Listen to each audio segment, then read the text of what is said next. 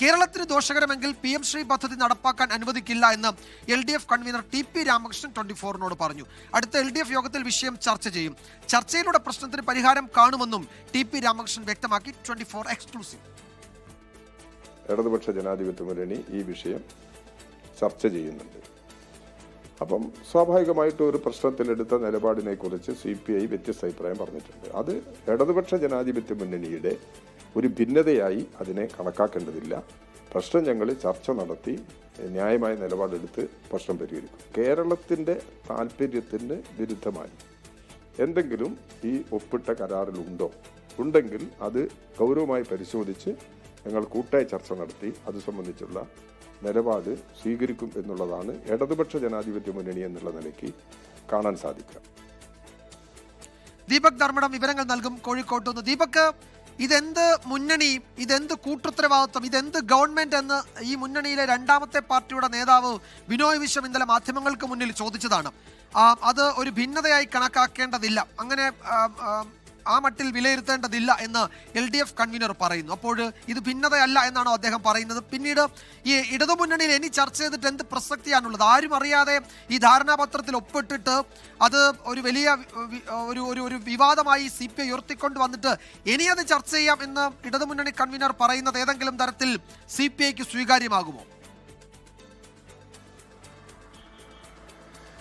വിജയകുമാർ, ഇതിൽ ഏറ്റവും പ്രധാനപ്പെട്ട കാര്യം മഞ്ഞുരുകുന്നു എന്നതിൻ്റെ സൂചന തന്നെയാണ് LDF കൺവീനർ TP രാമകൃഷ്ണൻ 24നോട് സംസാരിക്കുമ്പോൾ മനസ്സിലായത്. അതിലേറ്റവും പ്രധാനപ്പെട്ട കാര്യം ഇടതുമുന്നണി യോഗം അടിയന്തരമായി വിളിക്കുന്നു. യോഗത്തിൽ ഈ വിഷയം പരിശോധിക്കുമെന്നാണ് പറയുന്നത്. അതായത് കരാറിലെ വ്യവസ്ഥകളെക്കുറിച്ച് ഇടതുമുന്നണിക്ക് അറിയില്ല.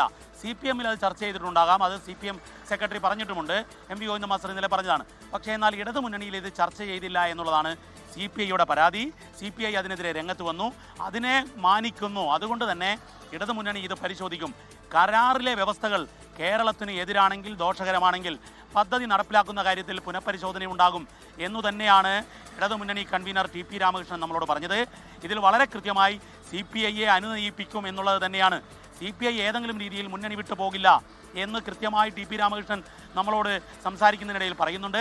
മറ്റൊരു പ്രധാനപ്പെട്ട കാര്യം, ഇത് കേരളത്തിൽ അനിവാര്യമായതാണ്. കാരണം SSIയുടെ പ്രവർത്തനങ്ങൾ പൂർണ്ണമായി നിലച്ചു, ശമ്പളം നൽകാൻ പറ്റുന്നില്ല. വിദ്യാഭ്യാസ മേഖലയിൽ കേന്ദ്രം പണമനുവദിക്കാത്തതിനെ തുടർന്നുണ്ടാകുന്ന പ്രതിസന്ധി, ആ പ്രതിസന്ധിക്കിടയിലാണ് വിദ്യാഭ്യാസ വകുപ്പ് ഇത്തരമൊരു നടപടിയിലേക്ക് പോയത് എന്നുകൂടി TP രാമകൃഷ്ണൻ പറയുമ്പോൾ ഒരു അനുനയ സാധ്യതയുടെ സൂചനകൾ തന്നെയാണ് പറയുന്നത്. മാത്രവുമല്ല, ഇന്ന് ശിവൻകുട്ടി കണ്ടത് നല്ല കാര്യമാണ്, ബിനോയ് വിശ്വത്തെ കണ്ടത്.